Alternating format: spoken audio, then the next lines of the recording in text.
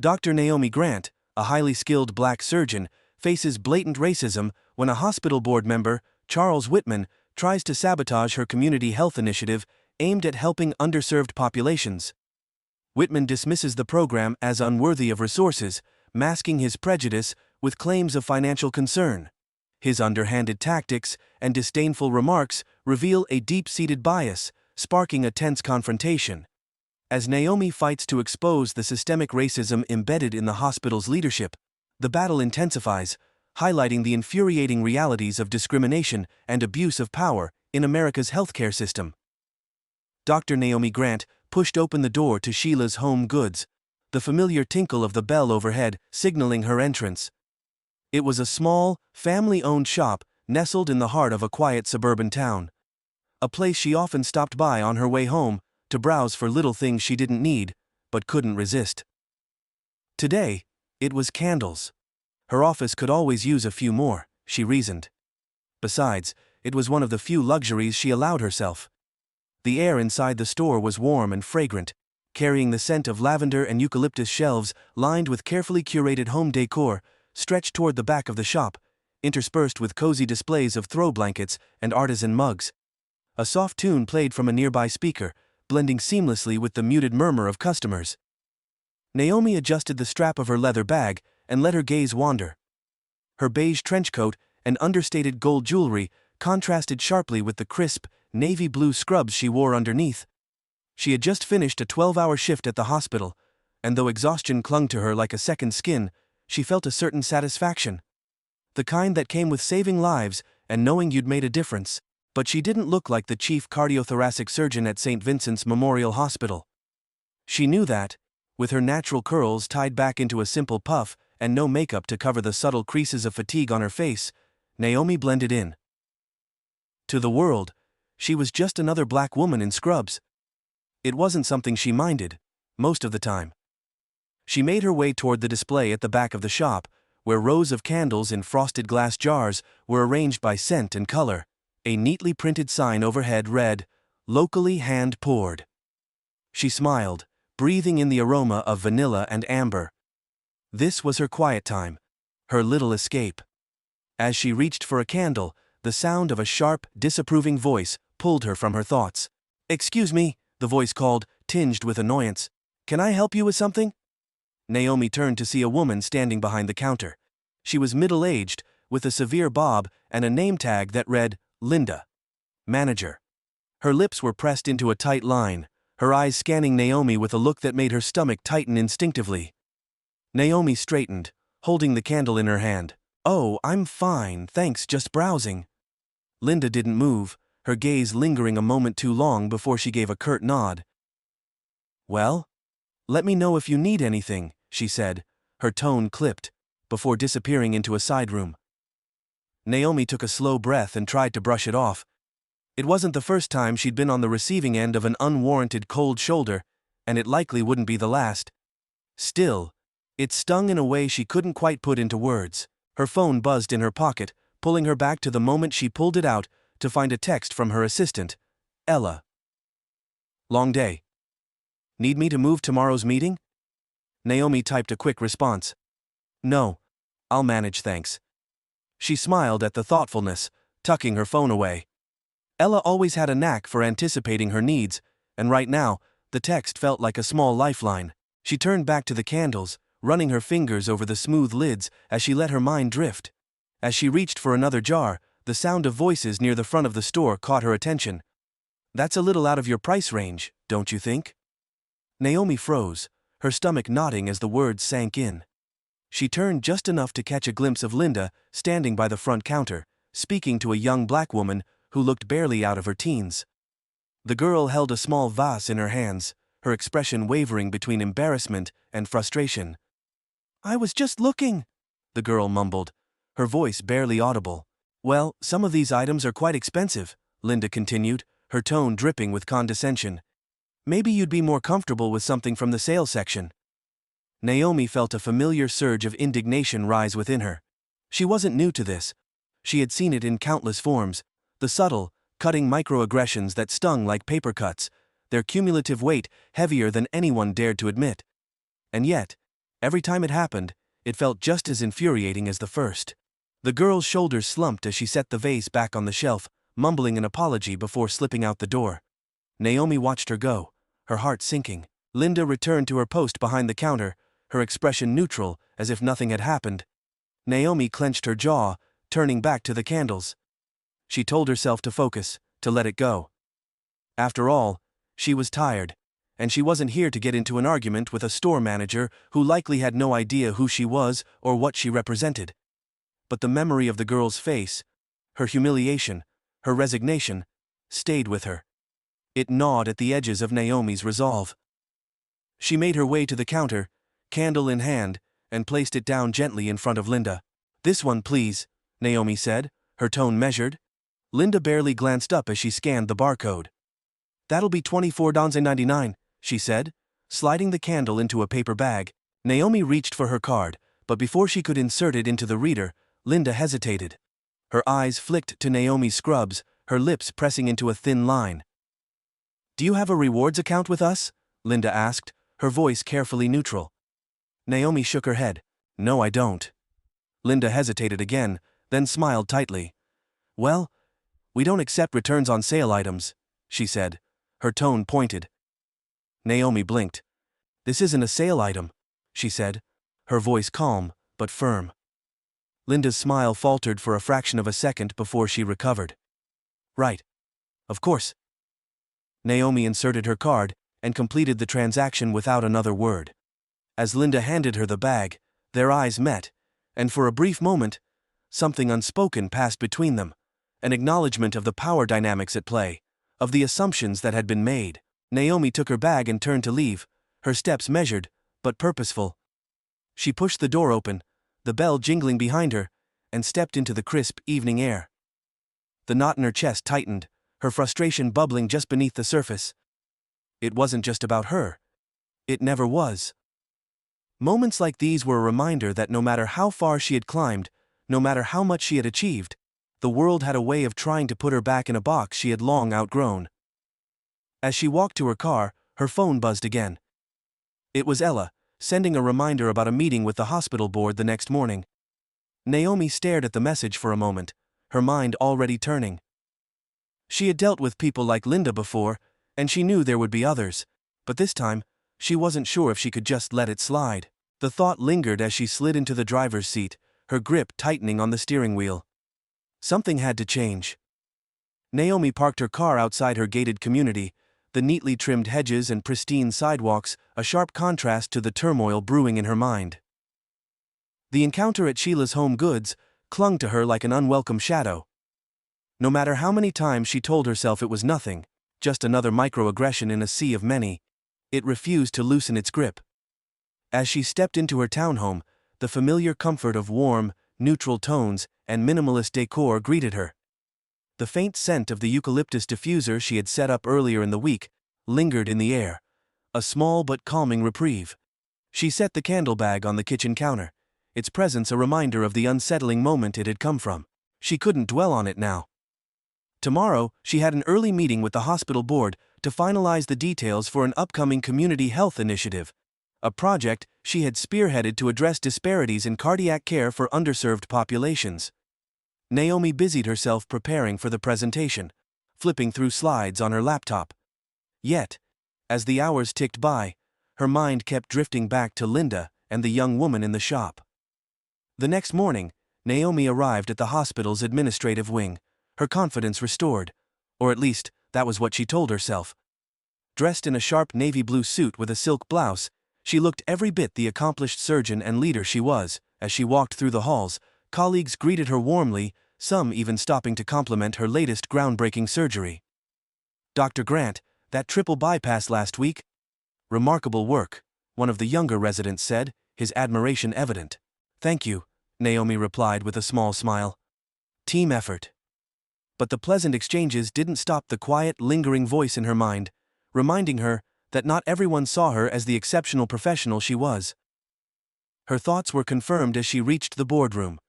Naomi walked in to find a few members of the hospital board gathered, their leather chairs arranged around a long mahogany table. The room exuded power and exclusivity, the kind of space where decisions affecting thousands were made. "Good morning," she greeted, her voice firm but warm. Several of the board members nodded in acknowledgement, but one, a man named Charles Whitman, barely glanced at her. He was a long-time donor to the hospital, and one of the more influential voices on the board. Whitman was in his mid-60s, with a booming voice and an air of entitlement that seemed to follow him like a cloud. Naomi had sparred with him before, his subtle dismissiveness often clashing with her determination. "Dr. Grant," Whitman said finally, his tone dripping with a patronizing edge, "I hope your presentation today is a little more succinct than the last one." Naomi bit the inside of her cheek to keep her expression neutral. She'd anticipated this. Whitman's thinly veiled comments about her being overly detailed or passionate were nothing new, and she knew exactly what lay beneath them. "I think you'll find the presentation both efficient and thorough," she replied evenly, taking her seat. As the meeting began, Naomi launched into her presentation, detailing the community health initiative she had spent months developing. The program aimed to provide free cardiac screenings, preventive care education, and follow-up resources to communities that were often overlooked. She spoke with clarity and purpose, addressing every potential concern and highlighting the measurable benefits.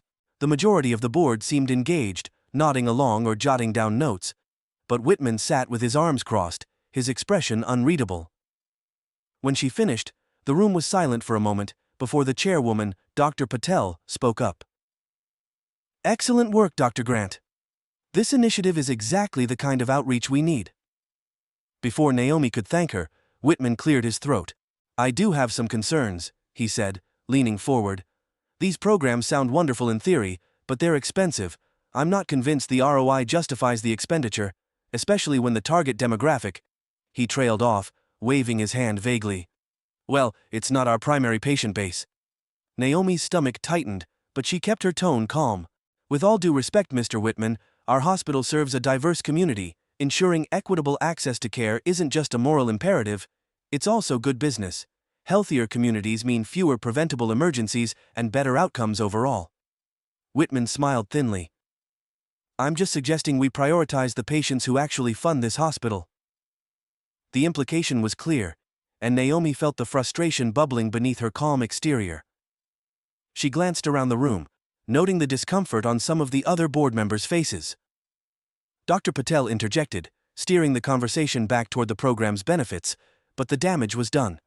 Whitman's words echoed in Naomi's mind, long after the meeting ended. Later that day, Naomi headed to the hospital cafeteria, hoping a quick lunch might clear her head. As she stood in line, tray in hand, she noticed two nurses whispering nearby. They were young, mid-20s at most, and their eyes darted toward her before they quickly looked away, stifling laughter. Naomi's lips tightened, but she said nothing. She wasn't naive. She knew the whispers weren't about her professional accomplishments. In her years as a surgeon, she had learned to decipher the coded language of envy and dismissal. How her success, her confidence, her very presence could be threatening to some. She found a quiet corner to eat, her appetite waning. She thought of Linda at the shop, of Whitman's condescension, of the whispers in the cafeteria. They were all pieces of the same puzzle. A constant reminder of how much harder she had to fight to be seen, to be heard, to be respected. That evening, as Naomi drove home, she noticed the small vase from Sheila's Home Goods sitting on her passenger seat. She had purchased it on a whim after seeing it in the hands of the young woman Linda had humiliated. Naomi hadn't planned to buy it, but something about the moment had compelled her. It felt symbolic, a quiet act of defiance. When she reached her house, Naomi set the vase on her dining table and sat down, staring at it for a long time. The day had left her drained, but the fight within her was far from over. She reached for her laptop, her mind already working. She had let the encounter at the shop pass without a confrontation, but maybe that was a mistake. The more she thought about the young woman's face, the more she realized she couldn't let it go. Not this time. Not when the same thread of bias ran through every corner of her life, from the shop to the hospital boardroom. Naomi began drafting a plan, her fingers flying across the keyboard. If people like Linda and Whitman thought they could wield their power unchecked, they were wrong. She wasn't just a surgeon, she was a leader, and she was done letting things slide. Naomi sat in her office the next morning, her fingers drumming on the desk. She had barely slept, her mind racing with thoughts of the young woman at the shop, Whitman's condescension, and the whispers in the cafeteria. Each moment felt like a puzzle piece snapping into place, forming a clear picture of the biases that had shadowed her life, and the lives of so many others. Her phone buzzed, jolting her out of her thoughts. It was Ella. "Dr. Grant," Ella said, her voice steady but tinged with hesitation. "There's a situation in the ER. A patient is demanding to speak with a senior doctor and, well, they've refused to speak to anyone else." Naomi frowned, standing up and grabbing her white coat. "What's the issue?" Ella paused, then sighed. "It's not about the patient's condition. They're insisting they don't want a black doctor. They said they'd only trust someone qualified." Naomi's chest tightened, but her voice remained calm. "I'm on my way." She strode down the hall, her heels clicking against the polished floors. As she approached the ER, the sound of raised voices grew louder. A man in his late 50s, his face flushed with anger, stood at the center of the commotion. His arms were crossed, his posture rigid, and his voice carried across the room. "I'm not saying anything against her personally," the man was saying loudly, gesturing toward one of the junior doctors, a black woman named Dr. Bailey. "But I want someone more experienced, someone who knows what they're doing." Naomi stepped into the room, her presence commanding immediate attention. "What seems to be the problem here?" she asked, her tone even but firm. The man turned to her, his eyes narrowing. "Are you in charge?" "I'm Dr. Naomi Grant, Chief of Cardiothoracic Surgery," she replied, her voice calm but laced with authority. "How can I assist you?" The man hesitated, his expression flickering with recognition. He had likely heard her name before. Naomi's reputation extended far beyond the hospital walls, but he quickly masked it with a sneer. "I want someone else," he said flatly. "No offense, but I don't think you're the right person for this." Naomi's jaw tightened. "I assure you, I'm more than qualified to address your concerns. If you're refusing treatment based on personal biases, I suggest you reconsider." The man's face darkened, his voice rising. "This isn't about bias. I just don't think you people should be handling something this serious." A collective silence fell over the ER. Naomi felt the weight of every pair of eyes on her, the nurses, the doctors, the patients. The words hung in the air, cutting like shards of glass. "I see," Naomi said finally, her voice steady but cold. "Let me make something clear. At this hospital, we treat every patient with the utmost care and professionalism, regardless of their personal beliefs. However, we will not tolerate discrimination against our staff." The man opened his mouth to argue, but Naomi raised a hand, silencing him. "If you'd like to be treated here, you'll be under the care of the team we assign. If that's unacceptable, you're welcome to seek care elsewhere." A murmur rippled through the room. Dr. Bailey, who had been standing quietly at the edge of the confrontation, straightened, her eyes filled with a mix of gratitude and admiration. The man's face flushed deeper, but he said nothing. After a tense moment, he turned and stormed out, muttering under his breath. Naomi exhaled, her composure intact, despite the storm brewing inside her. She turned to the staff, her voice calm but firm. "Let's get back to work." Later that afternoon, Naomi sat in the conference room with Ella, going over final details for the community health initiative. But the tension from the morning lingered like a storm cloud. Ella hesitated before speaking. "Dr. Grant, that was incredible. What you said earlier. Standing up for Dr. Bailey like that." Naomi smiled faintly. "It wasn't just about her. It was about all of us." Ella nodded, her expression serious. "Still, I know it wasn't easy." Naomi leaned back in her chair, her gaze distant. "It never is, but that's why we have to keep doing it." Before Ella could respond, Naomi's phone buzzed with a call. She glanced at the screen. An unfamiliar number. "Dr. Grant speaking?" she answered. The voice on the other end was hesitant, but familiar. "Dr. Grant, this is Angela from Sheila's Home Goods." Naomi's brow furrowed. Angela was the owner of the shop, a kind woman she had spoken to a few times before. "Angela, is everything all right?" There was a pause before Angela replied, her voice strained. I need to apologize for what happened when you were here the other day. I just found out about it this morning. Naomi's stomach sank. What exactly did you find out? Linda, Angela said, her voice tight with frustration. She's been, let's just say, selectively enforcing rules. I had no idea until another customer complained about how she treated them.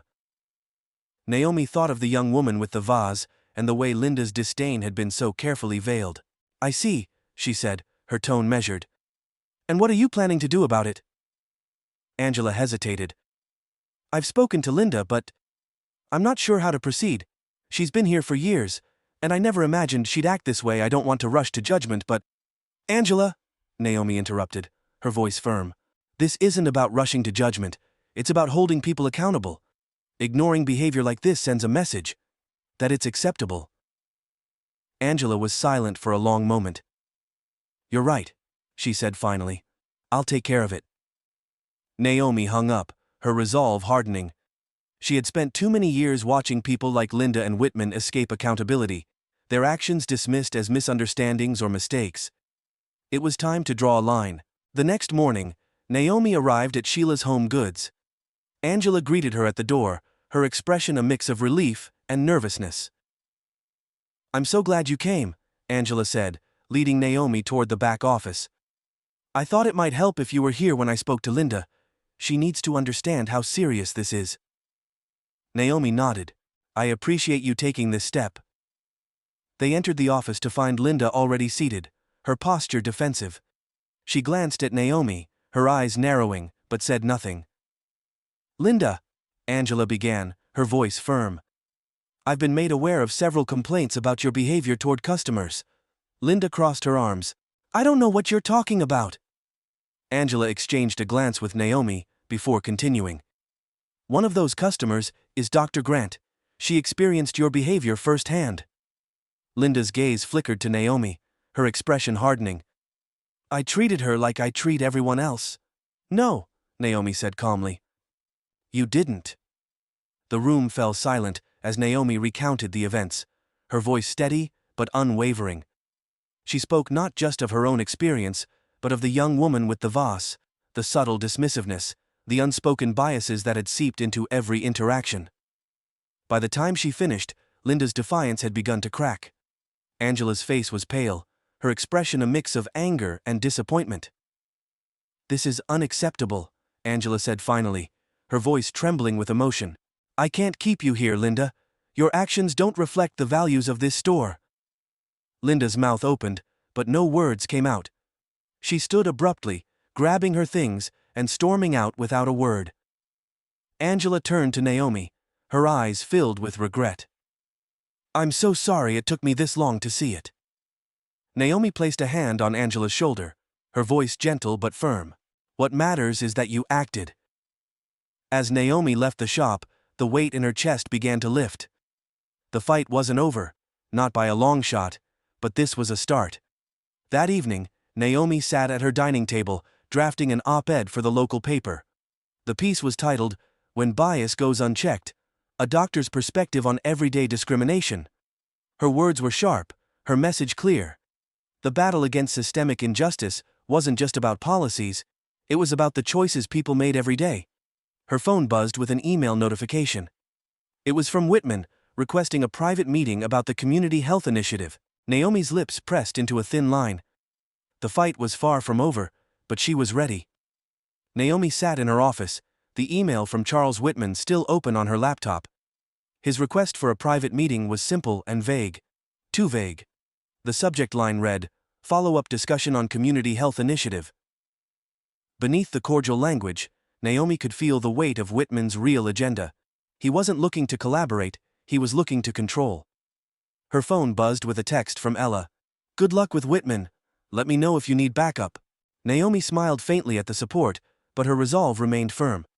She had faced people like Whitman before, men who believed their wealth and influence gave them the right to steer the course of other people's work.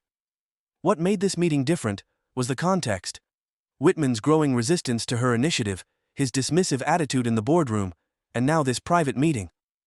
Something about it felt bigger, more calculated. She closed her laptop and stood, smoothing the lines of her suit.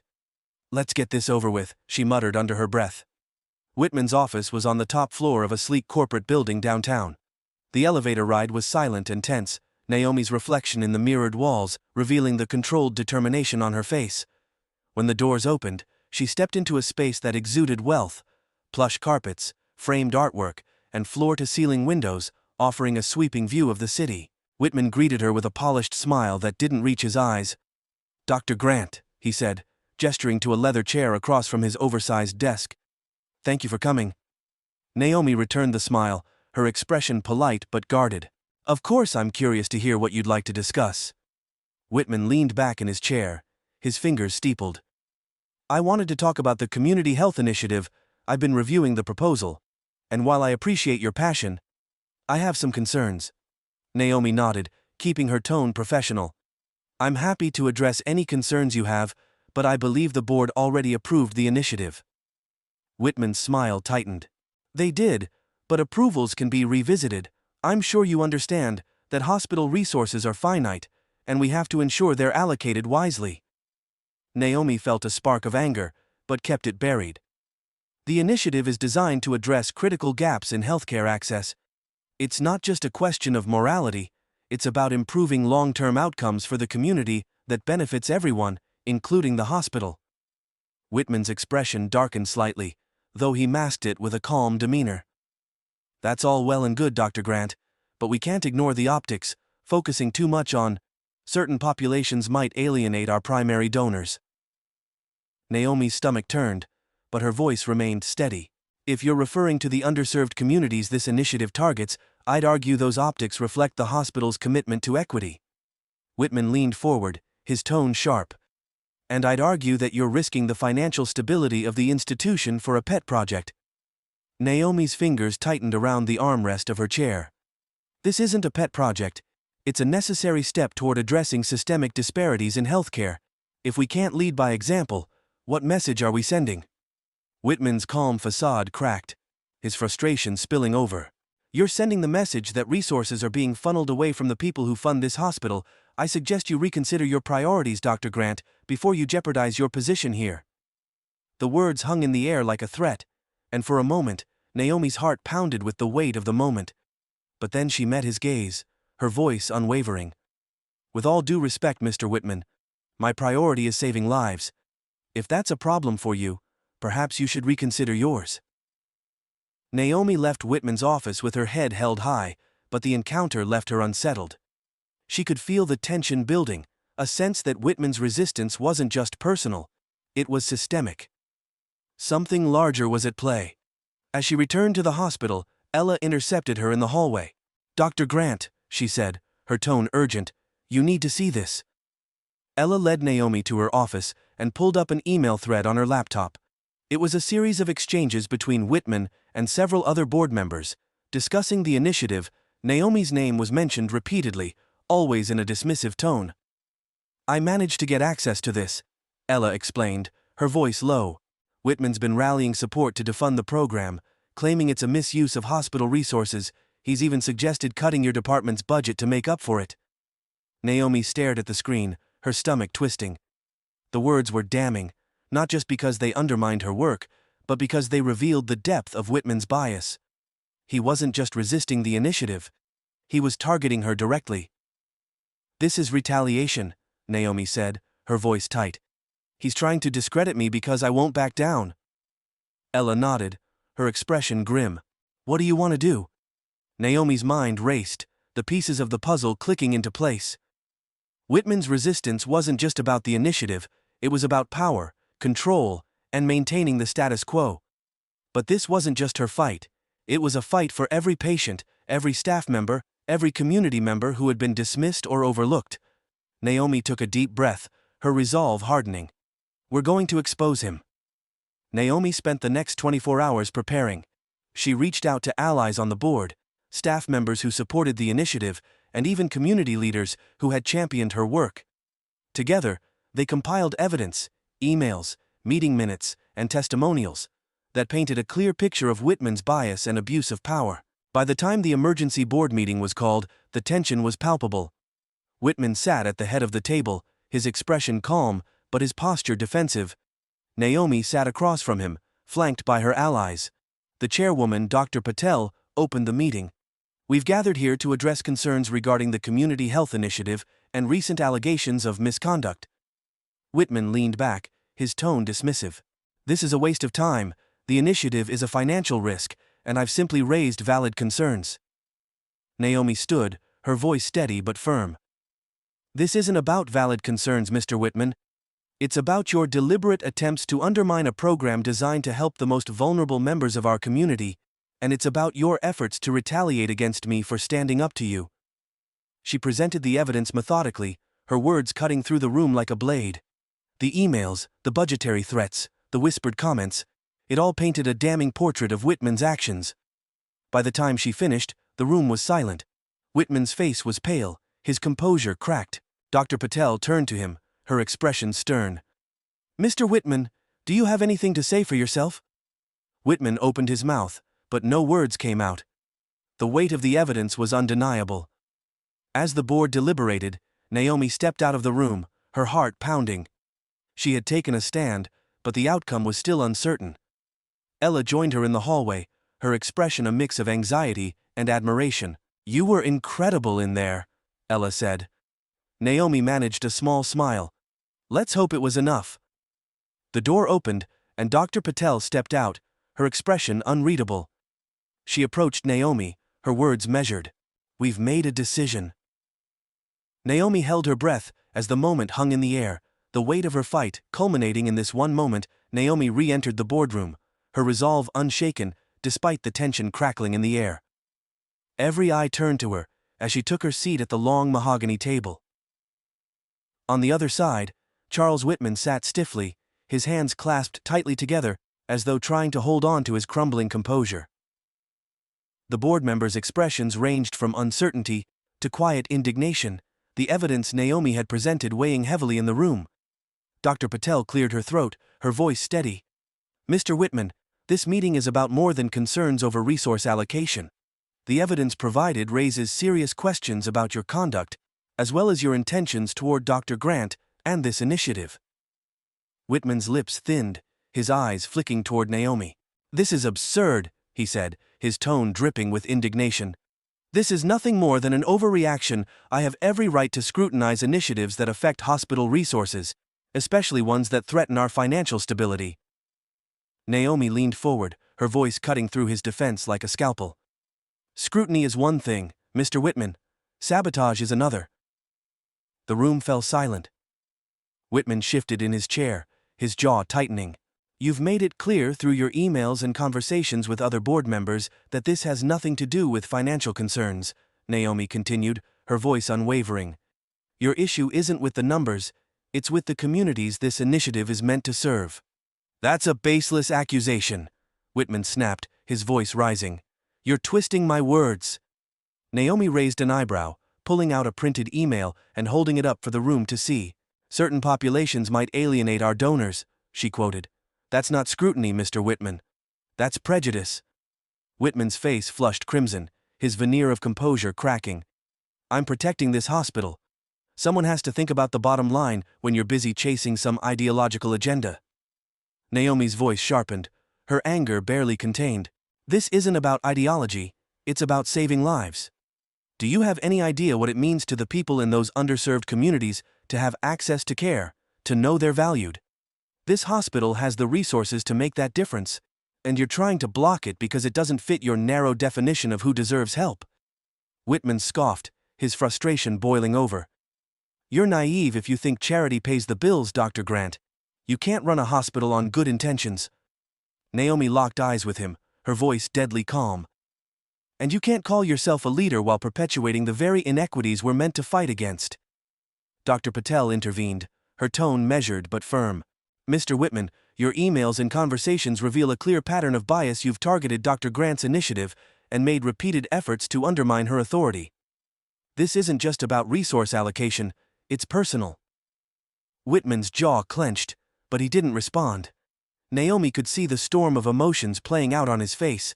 Anger, fear, and the realization that his carefully constructed image was unraveling before his eyes. Naomi took a deep breath, summoning every ounce of composure she had. This isn't just about me, It's about every patient who walks through our doors, and every staff member who works here. They deserve to know that this hospital stands for something greater than profit margins." Whitman's mask of control finally slipped. "Do you think I'm the only one who feels this way?" he hissed, leaning forward.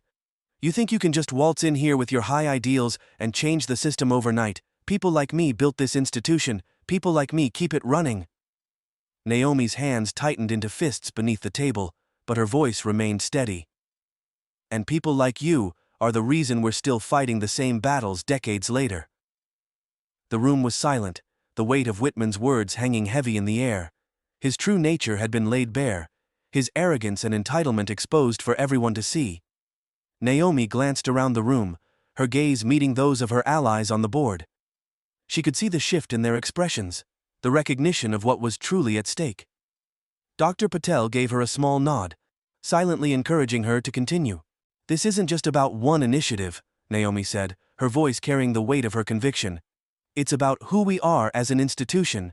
Do we stand for equity, for progress, for the betterment of all, or do we let fear and prejudice dictate our decisions?"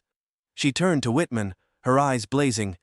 "You claim to protect this hospital, but all you've done is protect your own interests, and in doing so, you've put the very people we're supposed to serve at risk." Whitman opened his mouth to retort, but Dr. Patel cut him off. "That's enough, Mr. Whitman." Whitman's mouth snapped shut, his face a mask of barely contained rage. Dr. Patel turned to the rest of the board, her tone resolute. "It's clear that Mr. Whitman's actions have not only compromised this hospital's mission, but have also undermined the integrity of this board. We need to decide how to move forward." One by one, the board members voiced their support for the initiative and their condemnation of Whitman's behavior. Whitman sat silently, his gaze fixed on the table, as the weight of the decision became clear. When the final vote was cast, Dr. Patel turned to Whitman, her expression stern. "Effective immediately, you are removed from this board. Your actions have no place in this institution." Whitman stood abruptly, his chair scraping against the floor. "This is a mistake," he said, his voice low and menacing. "You'll regret this." Naomi met his glare with unflinching resolve. "The only mistake would have been staying silent." Whitman stormed out of the room, slamming the door behind him. The room was silent for a moment before Dr. Patel spoke again. "Dr. Grant, the board stands behind you. The Community Health Initiative will proceed as planned." Naomi felt a surge of relief, but it was tempered by the weight of the fight that had brought her to this moment. She nodded, her voice steady. "Thank you." As the meeting adjourned, Naomi stepped into the hallway, her heart pounding with a mix of triumph and exhaustion. Ella was waiting for her, a wide grin on her face. "You did it," Ella said, her voice filled with pride. Naomi smiled faintly, but her mind was already racing. Whitman's parting words lingered in her thoughts, a reminder that the fight was far from over. People like him didn't go quietly, and Naomi knew there would be more battles ahead.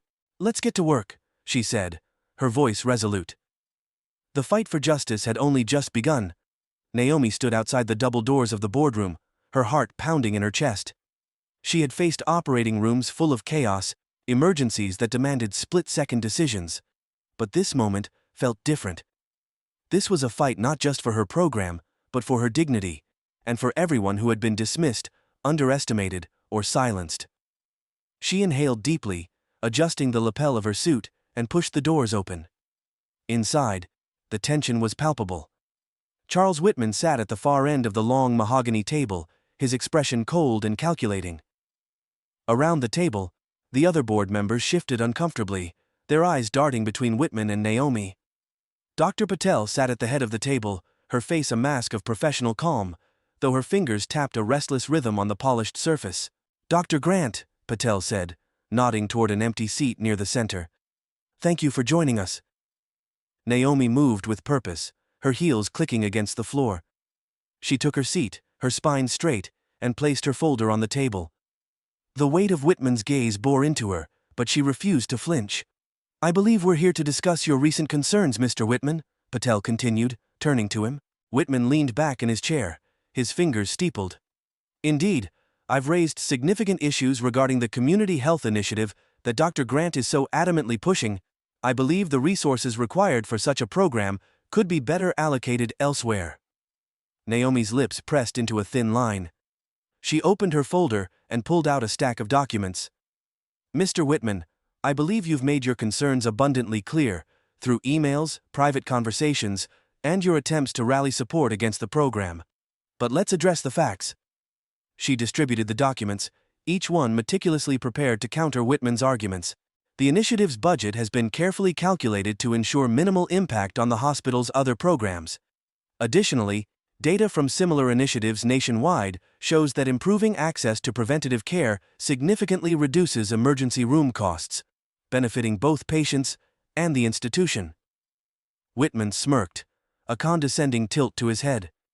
Data is all well and good, Dr. Grant, but it doesn't account for the real-world challenges of keeping a hospital financially solvent. You're proposing to focus on populations that, quite frankly, don't contribute to this hospital's bottom line. The air in the room grew heavy. Naomi's hands tightened into fists under the table, but her voice remained calm. Populations that don't contribute? You mean people who've been systematically excluded from equitable health care? This hospital's mission isn't just about profit margins, it's about providing care to those who need it most. Whitman's smirk faltered, but he recovered quickly. Spare me the moralizing, Dr. Grant. This is about practicality, and frankly, your insistence on pushing this program, at the expense of others, raises questions about your priorities. Naomi leaned forward, her eyes locking onto Whitman's. My priorities? Let's talk about yours. She pulled out another set of documents, these marked with highlighted sections. In the past 6 months, you've consistently opposed programs and initiatives aimed at underserved communities. And just last month, you pushed for increased funding for a new wing of the hospital, catering exclusively to cosmetic procedures, services primarily utilized by our wealthiest patients. Whitman's expression darkened, his confident facade beginning to crack. Those are strategic decisions designed to enhance the hospital's reputation and attract high-value donors. And what does that say about your values, Mr. Whitman? Naomi asked, her voice sharp. That the health and well-being of marginalized communities are expendable in the pursuit of wealth. Whitman slammed his hand on the table, his anger boiling over. Enough of this. I've done more for this hospital than you could ever dream of.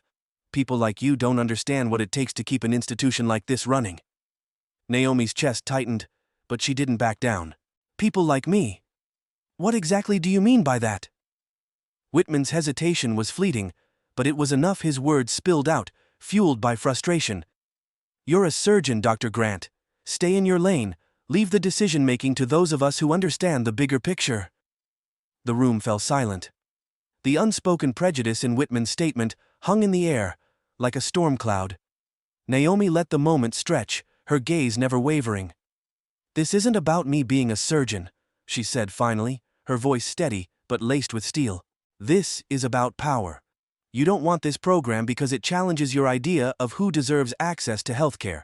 It forces you to confront your own biases, and you can't stand that. Whitman's face flushed crimson, but before he could respond, Dr. Patel interjected. That's enough, Mr. Whitman, she said, her voice firm. Your actions and comments have made it clear where you stand, and it's not in alignment with this hospital's values. Naomi took a deep breath, her composure intact despite the weight of the confrontation. I didn't come here today to argue or trade insults. I came here to advocate for a program that will save lives, and I'm not asking for permission, I'm demanding accountability. She turned to the board, her gaze sweeping across the room. This isn't just about one initiative, it's about the kind of institution we want to be. Are we here to serve a select few, or are we here to fulfill our mission of providing care to all? Several board members nodded, their expressions resolute. Dr. Patel leaned forward, her hands clasped in front of her. Dr. Grant is right. This is a moment of reckoning for our hospital. We cannot allow prejudice, implicit or explicit, to dictate our decisions. Whitman stood abruptly, his chair scraping against the floor. This is outrageous, he barked. You can't make these kinds of accusations without consequences. Naomi stood as well, her voice steady. The only consequence here is that you've been exposed, Mr. Whitman, and I trust this board will take the necessary steps to ensure this hospital remains a place of integrity. Whitman glared at her, his fists clenched. You think you've won? This isn't over. Dr. Patel rose, her tone authoritative. "You're right, Mr. Whitman, it's not over. The board will now deliberate on your conduct and its implications for your position here." Naomi stepped back, her heart pounding. She had stood her ground, but the fight wasn't finished. As she left the boardroom, Ella was waiting in the hallway, her face a mixture of pride and concern. "How did it go?" Ella asked. Naomi exhaled, her voice steady, but tinged with uncertainty. "We'll see." As the doors closed behind her, the weight of the confrontation settled on her shoulders. The stakes had never been higher, and the outcome was far from certain. But one thing was clear: she wasn't done fighting. Naomi sat in her office, the tension of the board meeting still coursing through her. The clock on her wall ticked steadily, filling the quiet space as she replayed Whitman's venomous words in her mind. She had stood her ground, but now the decision rested with the board. Their deliberation would determine not only the fate of the initiative, but also whether Whitman would remain in a position of power.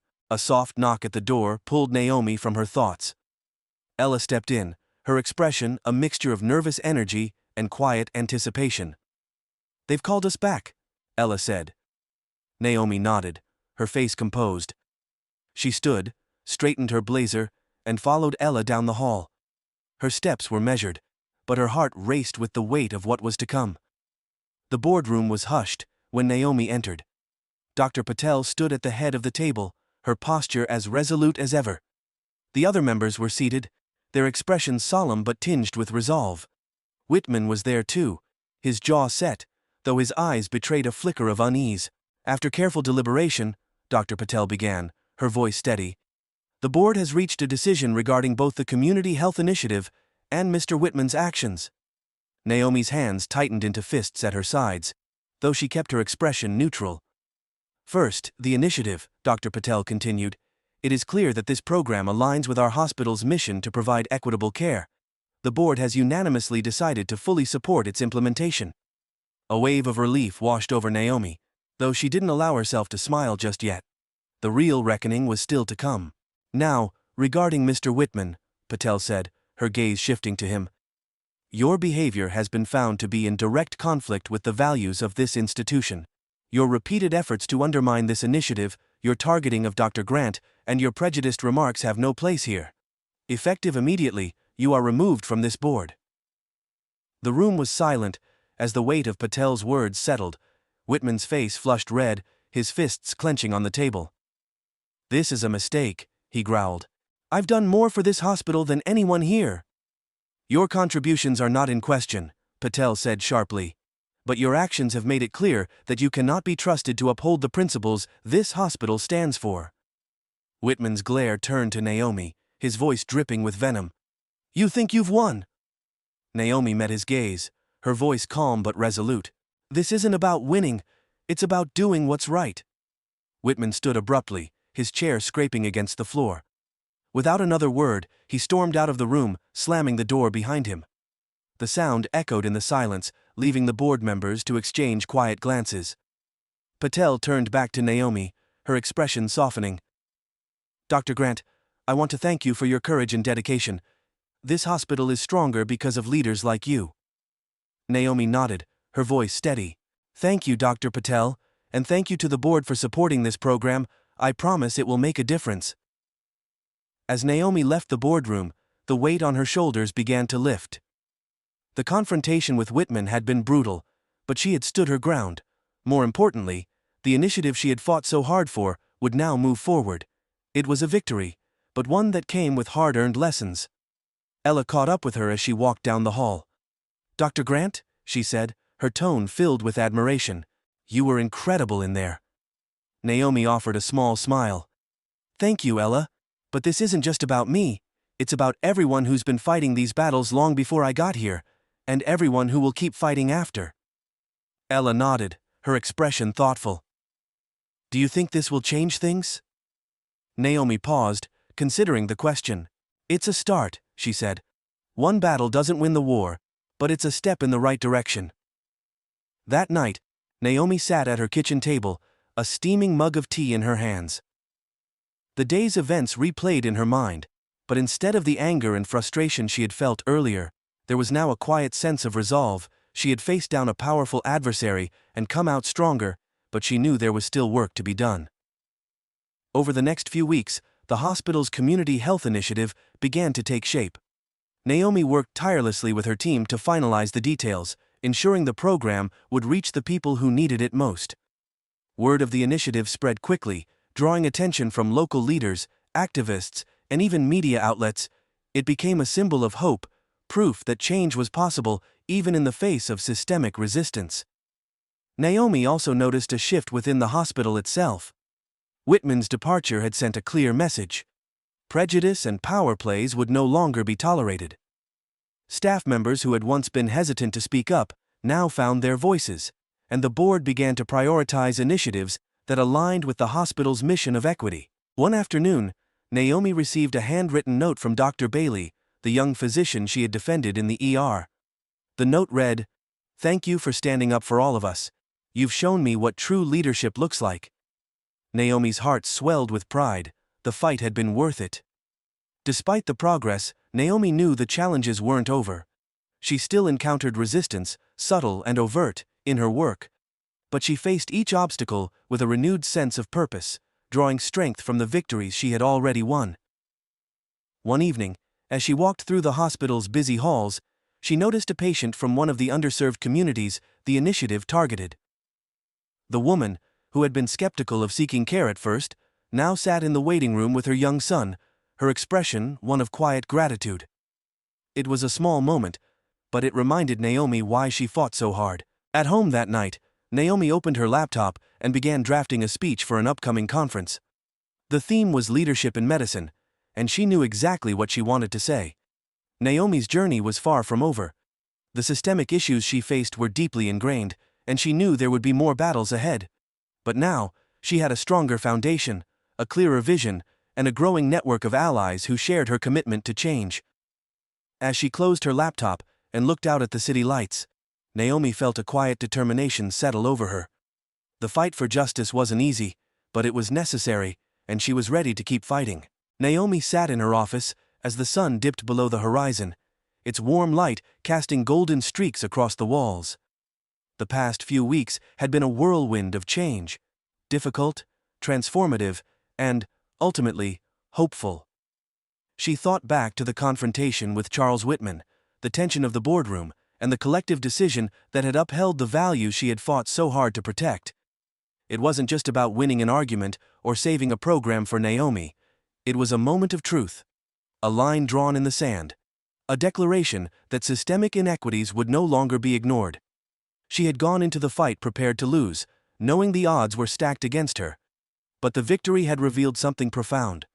Not just her own strength, but the power of standing firm in the face of prejudice. The events had changed Naomi. She had always been driven, but this fight had forged a deeper sense of resilience and purpose within her. She had learned that change often comes with immense resistance, that challenging the status quo can feel isolating, and that progress is never a straight line.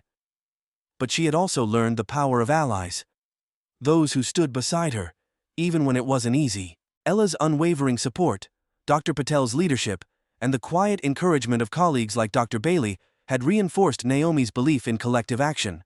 Together, they had made it clear that the hospital was not just a place of medicine, but a beacon of equity and compassion. Naomi had also come to understand her own limits. For all her accomplishments, she wasn't invincible, nor did she have to be asking for help. Leaning on her team and trusting in the shared vision of her allies were lessons she carried forward. Her personal growth wasn't about becoming tougher. It was about becoming wiser, more strategic, and more compassionate toward herself and others. The confrontation with Whitman had revealed more than just his personal prejudice. It had exposed the systemic barriers that marginalized communities face every day. Whitman's disdain for the community health initiative wasn't an isolated incident. It was a reflection of a larger issue within the healthcare system. For too long, profit-driven motives had overshadowed the mission to provide care for all, leaving the most vulnerable populations to fend for themselves. Naomi knew that removing Whitman from the board and implementing the initiative were only the first steps. The real work lay in sustaining the momentum, ensuring that the hospital didn't backslide into complacency.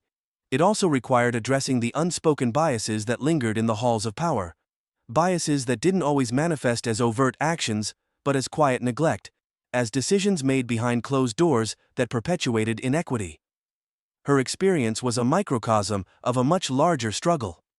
Across the country, systemic racism and abuse of power continued to affect countless lives, from healthcare to education, policing to employment. Naomi's fight was one of many, but it was a reminder that change often starts with one person refusing to back down. As Naomi reflected on her journey, she felt a renewed sense of hope. Her story wasn't unique. Many others had faced similar battles, some more public, some fought quietly in unseen corners. What gave her hope was the growing recognition that these fights mattered, that they were part of a larger movement toward justice and equity. She thought about the young doctors and nurses who looked up to her, about the patients who would now have access to care they had previously been denied. Each victory, no matter how small, created ripples that could lead to larger waves of change. Naomi also thought about the people watching her story unfold, those who might feel powerless in the face of injustice. She wanted them to see that courage didn't always mean grand gestures or immediate wins.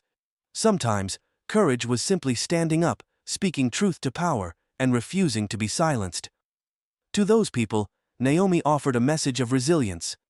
Your voice matters, your fight matters, change is slow, and setbacks will happen, but progress is possible when we come together and refuse to give up.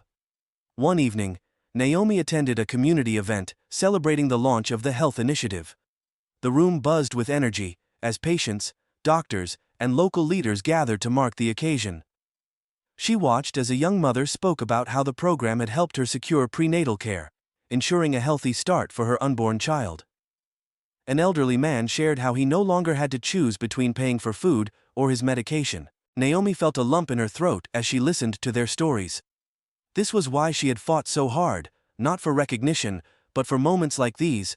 It was a reminder that change wasn't just about policies and budgets, it was about people, about lives transformed by compassion and action. As she stood to address the crowd, Naomi felt the weight of the moment. She spoke from the heart, sharing her gratitude for the support she had received and her commitment to continuing the fight for equity. The room erupted into applause, but Naomi knew the real work was just beginning. The confrontation with Whitman had been a turning point, but it wasn't the end of Naomi's journey. There were still battles to be fought, both within the hospital and beyond. She had already begun working with local leaders to expand the initiative, exploring partnerships that could bring similar programs to other underserved areas. Naomi also knew she couldn't do it alone. She started mentoring young healthcare professionals, empowering them to challenge biases and advocate for their patients. She joined coalitions focused on systemic reform, lending her voice to larger conversations about equity in medicine. And while the road ahead was daunting, Naomi faced it with a quiet determination. She carried with her the lessons of the past weeks, the importance of standing firm, the power of community, and the knowledge that even small victories could lead to profound change. As Naomi left the event that night, she paused to take in the sight of the bustling crowd. Laughter and conversation filled the air, a stark contrast to the tension that had once filled the hospital halls. It was a moment of triumph, but also a reminder of the responsibility she carried. Naomi turned to Ella, who stood beside her, a proud smile on her face. "We've come a long way," Naomi said quietly. "And we've got a long way to go," Ella replied. Naomi nodded, her gaze steady. "But we're not stopping now." As the two women stepped into the night, Naomi felt a sense of clarity and purpose. The fight for justice was far from over, but she was ready for whatever came next. And in that moment, she knew she wasn't alone.